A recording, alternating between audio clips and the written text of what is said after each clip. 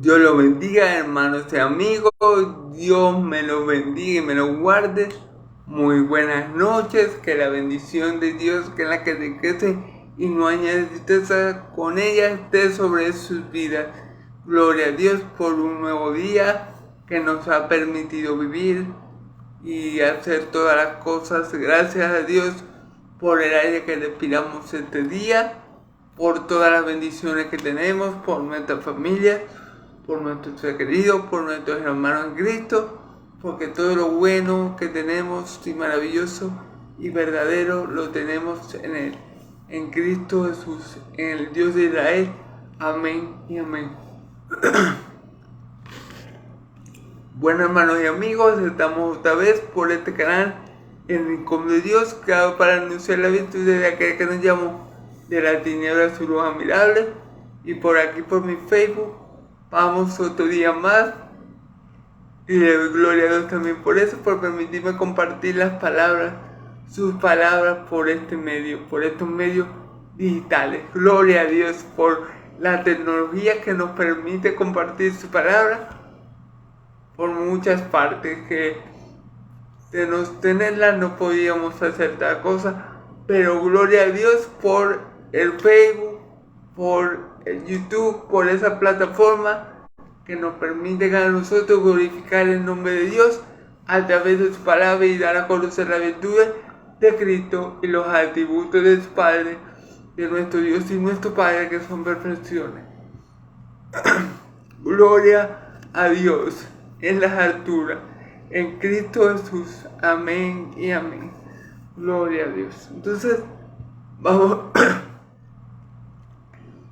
continuando con el Evangelio de Mateo, ¿verdad?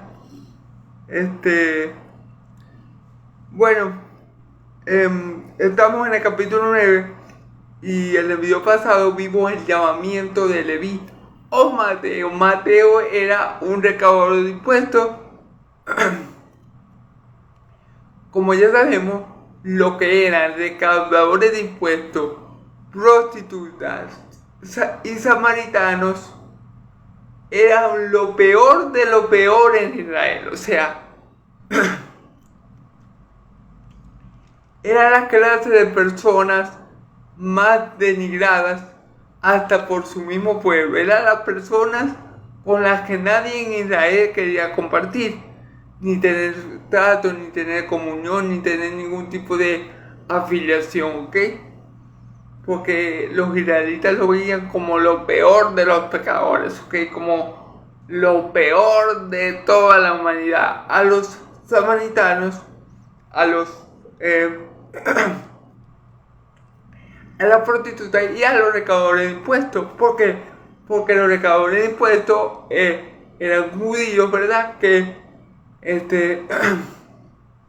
cobraban los impuestos para Roma. ¿Y qué pasaba? Bueno, que ellos cobraban el impuesto que el César exigía, el porcentaje que el César exigía, pero también le sumaban un porcentaje para que le quedaran ganancias a ellos. ¿Okay? Entonces, por eso los judíos no se llevaban bien con otros judíos que eran cobradores de impuestos. Así que Mateo era una persona con la que nadie quería juntarse. Mateo era una persona que todo el mundo repudiaba. Mateo era una persona mal vista en su mismo pueblo, en el pueblo de Israel. Y vemos cómo nuestro Señor Jesús llamó a esa persona a la que todos tenían como poca cosa, a la que todos tenían como un perro, a la que todos tenían como lo peorcito de lo peorcito, o lo peor de lo peor. A ese Jesús le dijo: Mateo, ven, sígueme. Y Mateo de una vez dejó lo que estaba haciendo, estaba trabajando, cobrando impuestos, y se fue a seguir a Cristo. ¿Por qué Mateo escuchó la voz de su Señor, de Cristo, de un solo llamado? ¿Y por qué los fariseos no lo escucharon? Y Cristo les habló mucho, los evangelizó mucho, ¿verdad? Esa es la razón, porque dice la escritura, mis ovejas oyen mi voz y me siguen. Mateo era una oveja del Padre dada al Hijo, cuando el Hijo, el buen pastor, enviado por el Padre, habla a Mateo. Mateo, como es una oveja, escucha la voz del buen pastor. Fíjense, Jesús no hizo ningún milagro. Jesús no hizo ninguna señal impresionante. Solamente le digo, Mateo, sígueme. Y Mateo le dejó lo que estaba haciendo y lo siguieron. Así pudimos ver lo mismo con otros apóstoles, que mi Señor Jesús solamente le dijo, sígueme. Y ellos dejaron todo lo que hacían para seguir a Cristo. Entonces, ¿por qué es que algunos, como los apóstoles, los siguen con un solo llamado, los siguen sin ver milagros y prodigios impresionantes, los siguen porque creen en Jesús al instante? Es porque ellos son ovejas, y como ovejas, la naturaleza de la oveja es que la oveja escucha al pastor y lo sigue, y el pastor conoce a la oveja por nombre y la llama por su nombre, y ella le conoce a él. Por eso que Jesús a los suyos le decía, Mateo, sígueme. Simón, sígueme. Natanael, sígueme. Felipe, sígueme. Porque eran ovejas del redil de Dios. Él las conocía y con un solo llamado, ellas identificaban, este es mi pastor, a este y solo a este es de seguir. Gloria a Dios. Entonces, luego del llamamiento de Mateo, ahora, si quieren ver el video completo, por este canal de Rincón de Dios lo pueden ver. Y por mi Facebook, Silvani Vilches, para que me quiera buscar, también lo pueden ver por mi perfil. ¿Ok? Entonces, luego de esto, vemos como Mateo invita al Señor a una cena, y los fariseos y los escribas comienzan a murmurar porque, claro, como era una cena de un recaudador de impuestos, todos los que estaban alrededor de Mateo eran recaudadores de impuestos y publicanos, y ellos murmuraban de mi Señor por eso. Y mi Señor, oyéndolo, le dijo que está sano no necesita médico, sino que está enfermo. Y les explicó y les dijo que tenían que aprendieran misericordia, ¿ok? Misericordia. Entonces, si quieren ver el video completo, en este canal de Rincón de Dios lo pueden encontrar, para no extenderme tanto y entrar al versículo que nos corresponde hoy, ¿ok? Hoy nos toca, la Biblia lo titula La pregunta sobre el ayuno.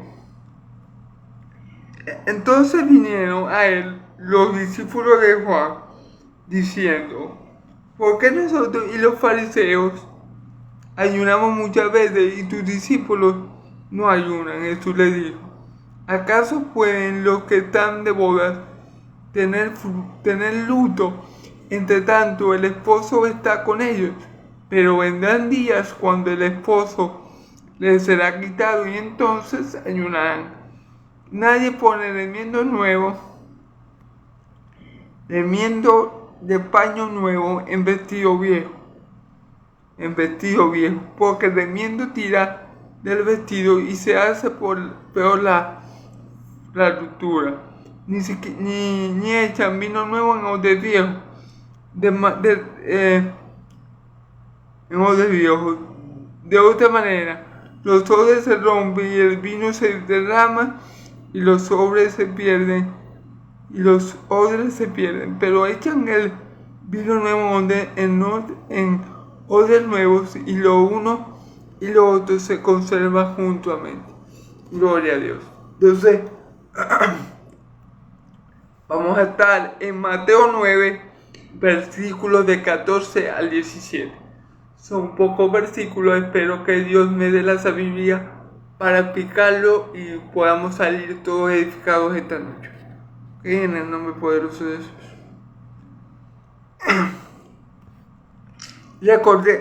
Vamos a leer el versículo 14. Entonces vinieron a él los discípulos de Juan, diciendo: ¿por qué nosotros y los fariseos ayunamos muchas veces y tus discípulos no ayunan? ¿Ok? Estamos en el mismo contexto de la cena que estaba mi Señor Jesús, a la cual Mateo invitó a mi Señor Jesús. ¿Ok? Jesús está sentado en la mesa con publicanos, con recaudadores de impuestos. Ya la gente estaba murmurando de él, diciendo que por qué él se sentaba con esa clase de personas. Y él le dijo, bueno, que los enfermos no necesitan, los sanos no necesitan médicos, sino los enfermos. Y asimismo él no había venido a buscar a los justos, sino a los pecadores. Jesús le había dado esta respuesta a ellos. Y después le dijo a los fariseos que aprendieran misericordia, ¿ok? Misericordia él quería, no sacrificio. Ok, claro, porque los fariseos eran muy ávidos en dar sacrificio. Es decir, ellos conocían la ley y sacrificaban todo tipo de animales como ofrenda de manera ritual a Dios, ¿verdad? Pero Jesús le está diciendo, Dios no quiere eso de ustedes. Dios quiere que ustedes aprendan misericordia. Este hombre, recaudador de impuestos, este descendiente de Abraham, este hombre es una oveja perdida de la casa de Israel. Tengan misericordia de ellos, tengan misericordia de los enfermos. No los menosprecien como ustedes hacen. Tengan misericordia, porque recordemos que ese tipo de gente, los recaudadores de impuestos y las prostitutas y los samaritanos, eran despreciados por el pueblo de Israel. Así que mi Señor Jesús le estaba dando una lección ahí: aprendan misericordia. Entonces, en este contexto, ¿verdad?, le hacen otra pregunta. Le dicen, entonces vinieron a él los discípulos de Juan, diciendo: ¿por qué nosotros y los fariseos ayunamos muchas veces y tus discípulos no ayunan? Bueno, los discípulos, en este contexto, los discípulos de Juan el Bautista le hacen esta pregunta: ¿por qué nosotros, los discípulos de Juan y los fariseos ayunamos muchas veces y tus discípulos no ayunan? Recordemos el ayuno, ¿ok? El ayuno es una disciplina bíblica, ¿ok? Por ejemplo, nuestro Señor Jesucristo, antes de comenzar su ministerio, fue llevado por el Espíritu Santo al desierto para ser tentado por el diablo y ayunó 40 días y 40 noches, con el objetivo de ser fortalecido en el Espíritu Santo y vencer a Satanás en debilidad, y vencer a Satanás con todo en contra, ¿ok? Ok. El ayuno, ¿verdad?, se hace para fortalecer el espíritu, para hacer menguar esta carne pecadora, esta carne que es de donde salen nuestros malos deseos, esta carne que es corrupta por el pecado, y fortalecer el espíritu. ¿Para qué? Para que la carne se sujete a la voluntad del Espíritu. Claro, todo esto con la ayuda del Espíritu Santo. Por eso es que mi Señor Jesucristo, antes de ser tentado, por eso es que mi Señor Jesucristo se bautizó y luego fue llevado al desierto, porque era necesario el Espíritu Santo para que él sujetara la carne pecaminosa, ¿verdad?, al Espíritu, y pudiera aguantar esos 40 días. Ok. el ayuno también es una forma, según las escrituras, el ayuno es una forma de ser escuchado por Dios. Tenemos ejemplos en el Antiguo Testamento como siervos de Dios valientes y esforzados como Daniel, ¿verdad? Como Daniel, el profeta, ¿verdad? Fue escuchado por Dios después de un ayuno de 21 días. Aunque el ángel del Señor le dijo a Daniel que ya el tercer día Dios lo había escuchado. Pero pasó algo allí en los cielos, una guerra espiritual allí en los cielos, ¿verdad? La región celeste, y no permitió que el ángel de Daniel llegara, que el ángel que Dios le había enviado a Daniel llegara con el mensaje. Pero el ayuno mueve el corazón de Dios, el ayuno mueve la misericordia de Dios, el ayuno mueve la mano de Dios cuando se hace con propósitos buenos. ¿Okay? El ayuno mueve la mano de Dios, mueve la misericordia de Dios cuando se hace con un buen propósito, porque el ayuno humilla al hombre, ¿ok? El ayuno aflige al hombre, el hombre es humillado y dice la escritura que Dios no ignora a un corazón contrito y humillado. Entonces, tenemos el ejemplo de Daniel, tenemos el ejemplo de Nínive, por ejemplo. Nínive era una nación gentil a la cual Dios le envió al profeta Jonás diciéndole que si no se arrepentía de sus pecados, Dios los iba a acabar. Dios iba a enviar un desastre. Y todos los habitantes, el rey, toda Nínive, se afligió de corazón y el rey mandó un ayuno nacional. Y todos ayunaron, se pusieron ropas ásperas y Dios los escuchó. El ayuno mueve el corazón de Dios, el ayuno mueve a Dios a misericordia. El ayuno hecho con un corazón contrito y humillado alcanza el corazón de Dios, ¿ok? Por eso el ayuno es una disciplina bíblica y una buena disciplina que hay que seguir fomentando, ¿ok? Ahora, la pregunta que le hicieron a mi Señor fue: ¿por qué tus discípulos no ayunan? Y nosotros, los discípulos de Juan y los fariseos, sí ayunamos, ¿ok? Vamos a ver la razón, la razón que da nuestro Señor Jesús. Jesús le dijo: ¿acaso pueden los que están de bodas tener luto tanto que el esposo está con ellos? Esto es una pregunta. Si ustedes están, supongamos que estamos en una boda. Fuimos invitados a una boda. Vamos a ver cómo ilustro esto de manera que pueda entender. Supongamos que dos personas se casan, un hombre y una mujer se casan. Bueno, en la boda que hay gozo, en cualquier boda que uno va, uno está gozoso por la pareja. Y si te está casando uno, también uno está gozoso porque está con su esposo. O con su esposo si es mujer.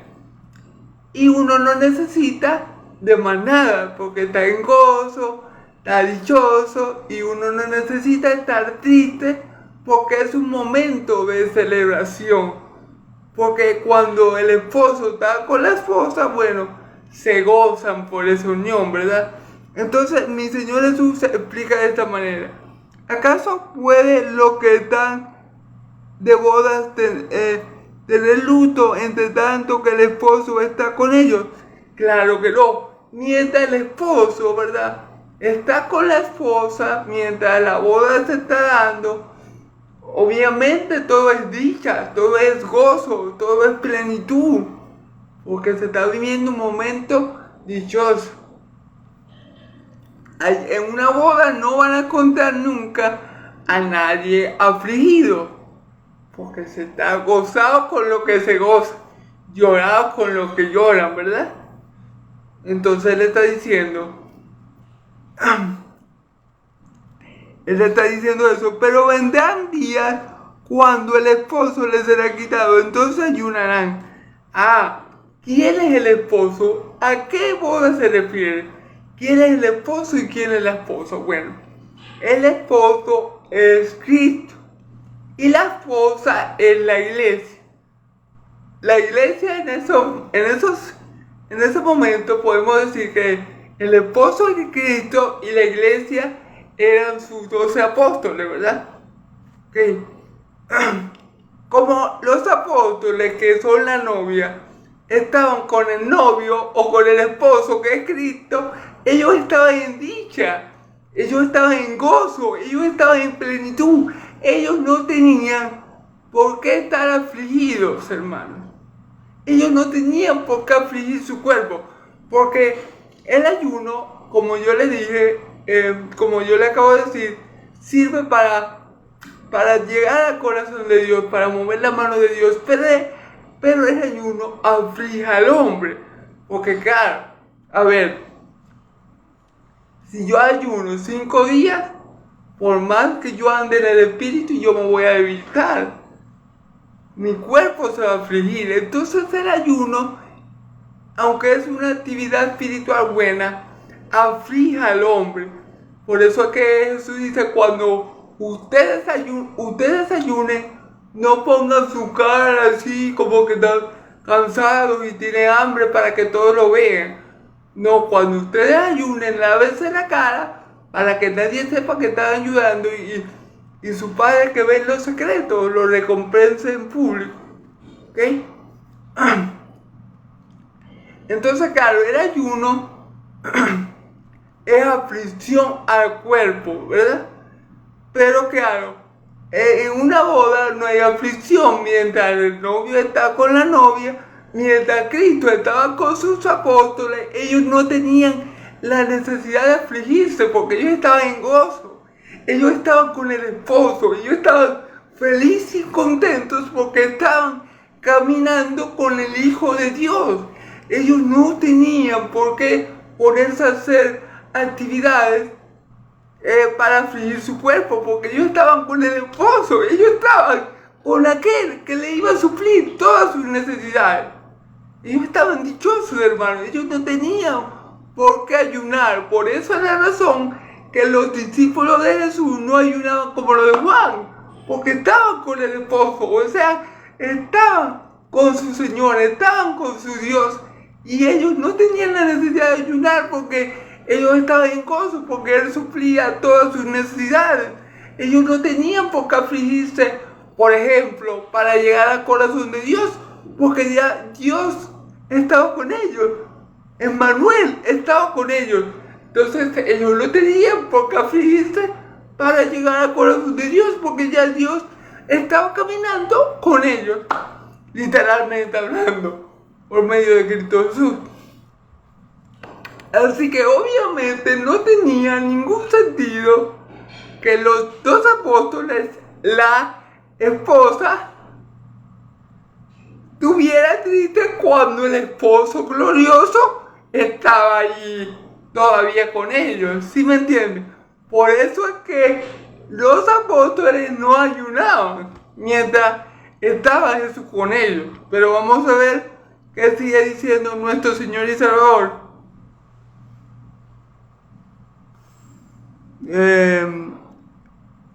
Pero vendrán días cuando el esposo les será quitado, y entonces ayunarán.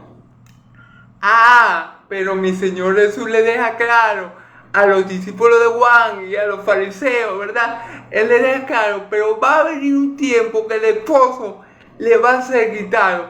¿De qué está hablando Jesús? De su muerte física.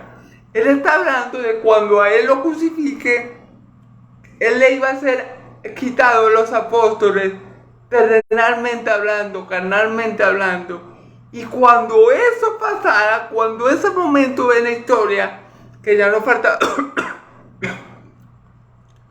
perdón, que ya no faltaba mucho para que eso pasara, ¿verdad? Cuando ese momento llegara, entonces ellos iban a tener que ayunar porque el esposo le iba a ser quitado y ya ellos no iban a poder estar siempre en gozo, ¿verdad? Ya ellos no iban a poder estar siempre felices, siempre, mejor dicho, siempre dichosos. No iban a poder estar porque el esposo le iba a ser quitado, ¿ok?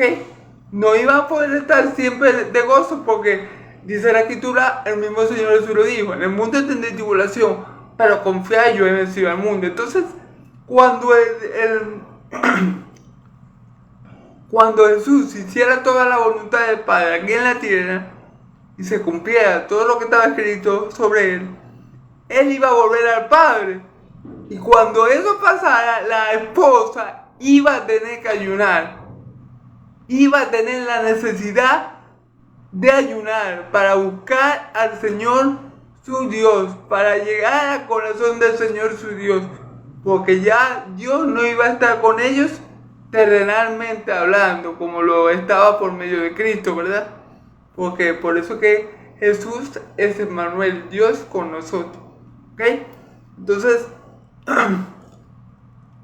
Jesús le está diciendo a los fariseos y a los discípulos de Juan el Bautista y a los de los fariseos, pero ellos van a tener que ayunar cuando el esposo sea quitado. Es decir, cuando yo me vaya, la iglesia, mi iglesia, va a tener que practicar el ayuno.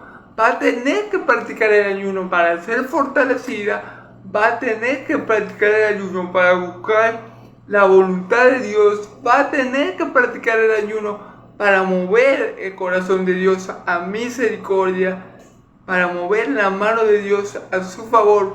Va a tener que afligirse con esta práctica del ayuno. Y el ayuno alcanza el corazón de Dios siempre y cuando se haga por una buena causa, siempre y cuando se haga en la dirección del Espíritu Santo. El ayuno alcanza los oídos de Dios y Dios siempre da respuesta a su pueblo, ¿ok? Pero los apóstoles no tenían necesidad porque el esposo estaba con ellos. No se iban a afligir por gusto porque, o sea, Dios los estaba escuchando todo el tiempo porque Dios estaba con ellos.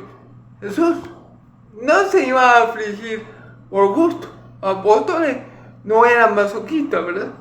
Entonces no se iban a afligir por gusto porque ¿qué sentido tiene si Cristo, el novio, estaba con ellos? Si Dios con nosotros estaba con ellos, ¿qué sentido tiene que ellos levantaran un ayuno para cualquier petición si tenían a Cristo al lado? No tenía sentido. Entonces él le dice, pero va a llegar un momento que sí va a ser necesario que mi iglesia practique la disciplina de ayuno para ser fortalecido espiritualmente, para buscar a Dios en comunión, en intimidad, en humillación y que Dios les responda a sus oraciones. ¿Ok? Bueno, gloria a Dios. Entonces, pero vendrán días cuando el novio les será quitado, entonces ayunarán. Nadie pone remiendo de paño nuevo en vestido viejo, porque tal remiendo tira del vestido y se hace peor la ruptura, ¿ok? Nadie pone, vamos a volver a leer esto, nadie pone remiendo de paño nuevo en vestido viejo, porque tal remiendo tira del vestido y se hace peor la ruptura. Ok. ¿Qué le quiso decir mi Señor Jesús con estas palabras a los discípulos de Juan y a los fariseos? ¿Verdad? Que Jesús, que para asimilar o para poder retener lo que Él estaba enseñando en ese momento, ellos tenían que ser nuevas personas. O sea, la gente, por lo menos los fariseos, que eran hipócritas, que creían que seguían la ley de Moisés, pero no lo hacían y estaban atrapados por la ley en pecado, ¿verdad? Ellos no podían absorber, digámoslo así, las enseñanzas de mi Señor Jesús, porque no tenían la condición espiritual necesaria para ellos poder entender la doctrina de mi Señor Jesús. Porque para que ellos entendieran lo nuevo o lo que mi Señor, digámoslo así, lo mejor. Porque qué, disculpe hermano, porque qué es lo mejor, o sea, ¿a qué se refiere mi Señor Jesús con paño nuevo y remiendo? ¿A qué se refiere mi Señor Jesús cuando dice nadie pone remiendo de paño nuevo en vestido viejo? A que los fariseos, a que tanto los discípulos de Juan como los discípulos de los fariseos no tenían la condición necesaria para entender la doctrina de Cristo. Porque la doctrina de Cristo era mejor, era superior a la del Antiguo Testamento. Y no es que era mejor o superior porque el Antiguo Testamento era malo, no. Era porque el Antiguo Testamento era una sombra del Nuevo Pacto. El Antiguo Testamento, hermanos, todo lo que hay en el Antiguo Testamento, los rituales, los sacrificios, era sombra del Nuevo Pacto. Entonces, para que ellos pudieran comprender y asimilar lo nuevo, el nuevo pacto que es en Cristo Jesús, ¿verdad? Era muy necesario, ¿verdad? Que se hicieran ellos mismos, o que, mejor dicho, el Espíritu Santo los hiciera a ellos nuevas criaturas. Era necesario que ellos fueran limpiados, era necesario que ellos fueran lavados, era necesario que en ellos hubiera un nuevo nacimiento, que ellos fueran hechas nuevas criaturas para que ellos pudieran entonces vestirse con lo nuevo, vestirse, adquirir, digámoslo así, la sabiduría del Evangelio, adquirir los beneficios del Evangelio, adquirir la vida eterna que tiene el Evangelio. Pero para eso ellos necesitaban nacer de nuevo, de agua y de espíritu, ¿verdad? Para eso necesitaban el nuevo nacimiento, para poder entonces dejar a un lado lo que era viejo, es decir, esas leyes rituales, esas leyes rituales, sacrificiales, la ley ritual que era lo viejo, que era el paño viejo, ¿verdad? Que fue lo que mi Señor Jesús abolió en la cruz, y poder adquirir entonces los nuevos vestidos, que son todos los beneficios que tenemos a través del Evangelio de Cristo, y a través del nuevo pacto, que es muy superior al pacto antiguo, ¿ok? Entonces, a eso se refiere Jesús cuando dice: nadie pone remiendo de paño nuevo en vestido viejo, ¿ok? No podemos querer enseñarle a alguien el nuevo pacto que Cristo tiene y que Cristo nos da y nos enseñó, y no podemos querer que Él lo entienda y que lo acepte si Él todavía en su cabeza tiene la ley mosaica, si Él todavía tiene, como decimos nosotros, el velo de Moisés. No vamos a poder hacer eso, porque el vestido viejo, que es el viejo pacto, o la persona que cree en el viejo pacto, no va a tolerar el Evangelio, no va a tolerar la buena nueva del reino de los cielos. No la va a tolerar porque no está preparado. Entonces, si queremos ponerle algo nuevo a un vestido viejo, lo vamos a terminar arrancando. Se va a terminar destruyendo porque no está apto el vestido viejo para recibir algo nuevo. Tenemos que hacer nuevo. Tenemos que hacer nueva a la persona. O sea, Dios tiene que trabajar, mejor dicho, es Dios el que nos hace nacer de nuevo. Y cuando Dios hace eso en nosotros, ahora nosotros sí somos aptos para revestirnos con el vestido nuevo, estar bajo el nuevo pacto y recibir el evangelio de salvación y entenderlo y atesorar así lo que Él tiene para nosotros. Pero si tenemos pero imagínense los fariseos con esa mente que tenían, ¿verdad? No podían entender lo que Jesús hacía porque ellos necesitaban volver a nacer para poder creer en el anuncio de Jesús, en el evangelio de Jesús, que era el vestido nuevo, que era lo mejor, lo superior, lo completo, lo definitivo, lo que no va a pasar ni va a variar nunca. Amén. Gloria a Dios. Espero que me hayan entendido. Disculpe por la llamada que entró. Gloria a Dios.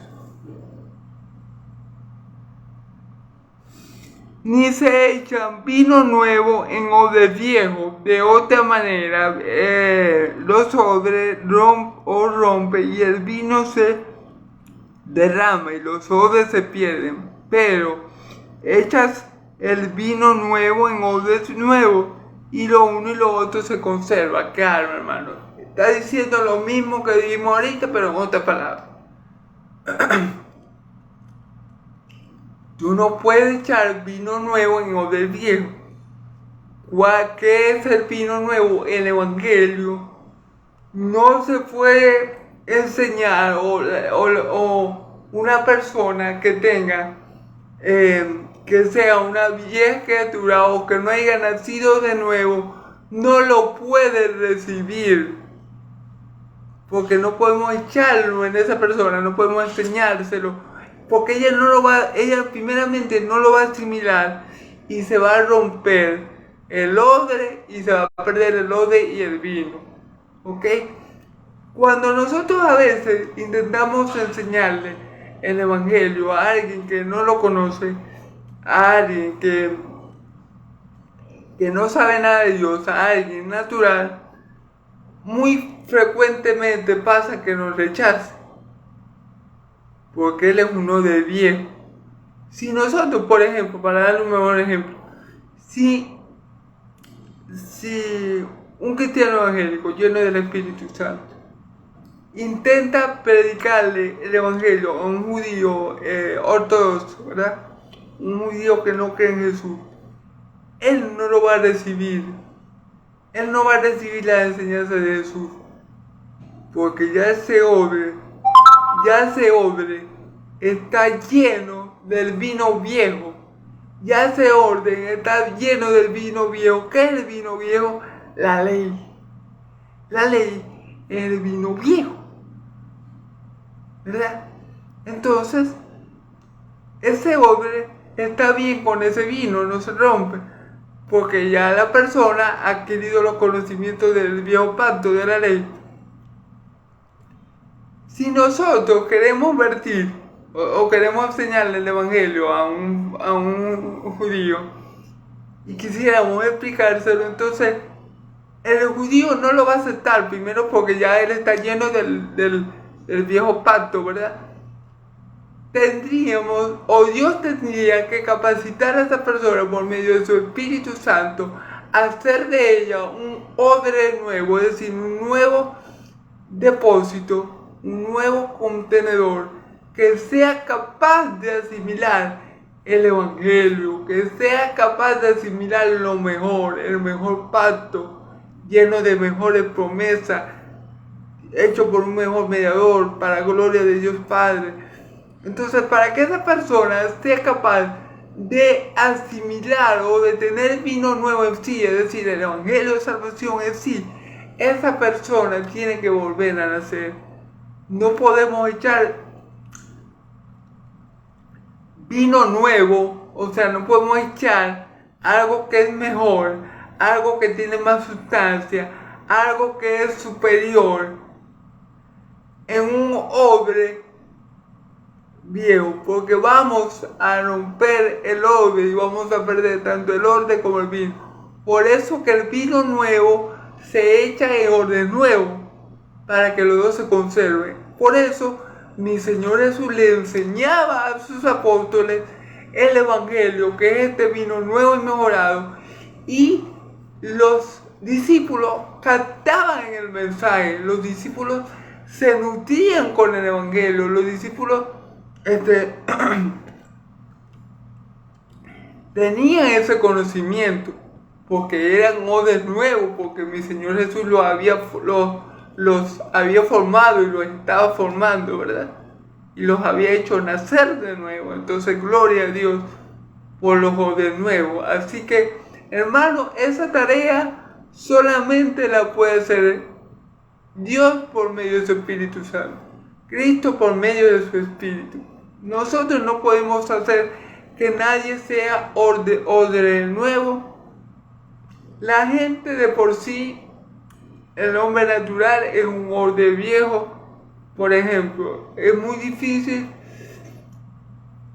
Esto se puede aplicar a cualquier religión, no solamente a la judía y no solamente a los judíos. Por ejemplo, un católico, que el católico también está lleno de ritualismo, de adoración, de falso culto, ¿verdad? De idolatría.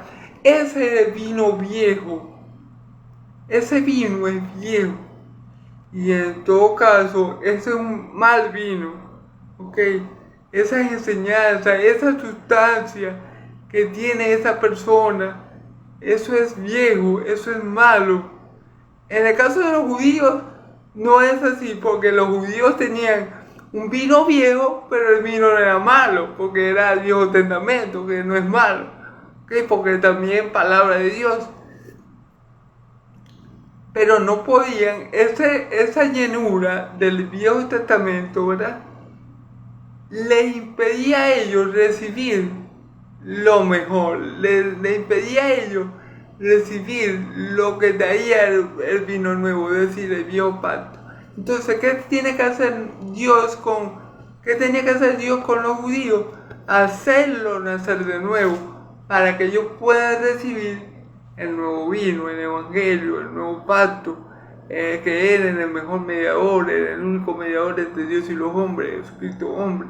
Para que ellos puedan recibir ese vino, entonces Dios tiene que obrar en ellos y hacerlo nacer de nuevo, ¿ok? Y ya para terminar, el ejemplo de los católicos, bueno, los católicos también tienen que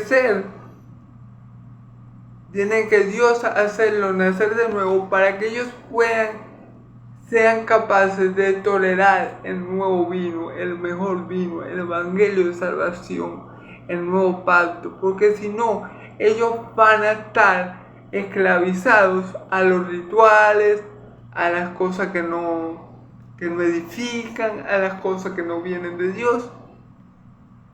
Eso se podría llamar vino viejo, pero también vino malo, porque eso son doctrinas falsas. Pero en el caso de los judíos, no es vino malo, es vino viejo.